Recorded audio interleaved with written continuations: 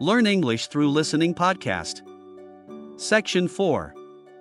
Part of a lecture in a seminar. Good afternoon, everyone.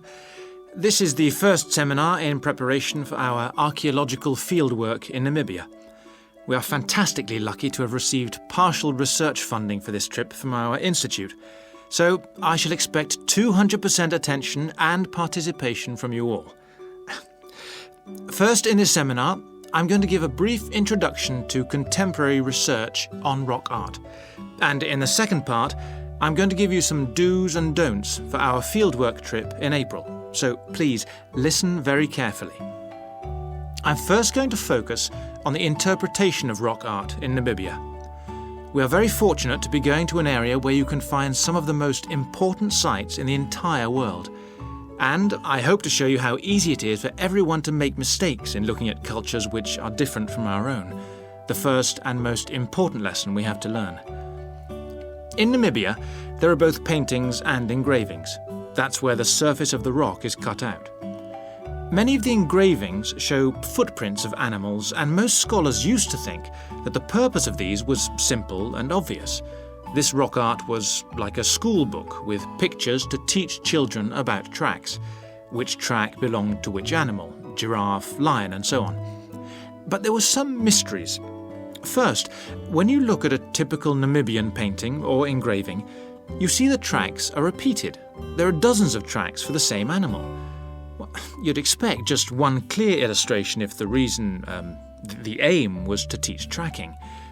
Now, there were two more problems. Why are some of the engravings of animals very accurate, as you'd expect, all clearly identifiable, and others quite unrealistic? And another mystery. Some of these unrealistic animals, that's in the engravings, seem to be half human. Some, for example, have got human faces.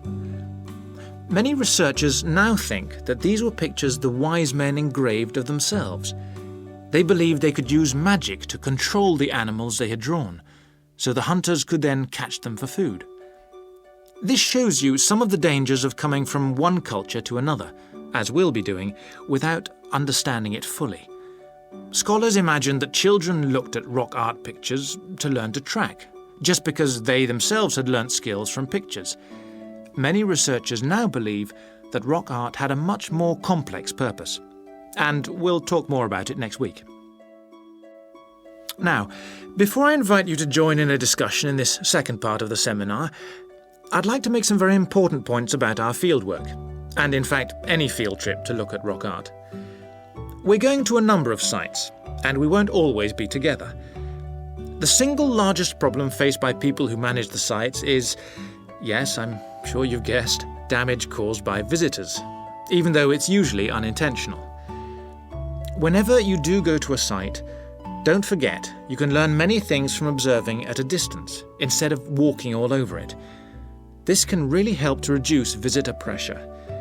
People often say, well, there's only two of us, and just this one time. But maybe thousands of people are saying the same thing.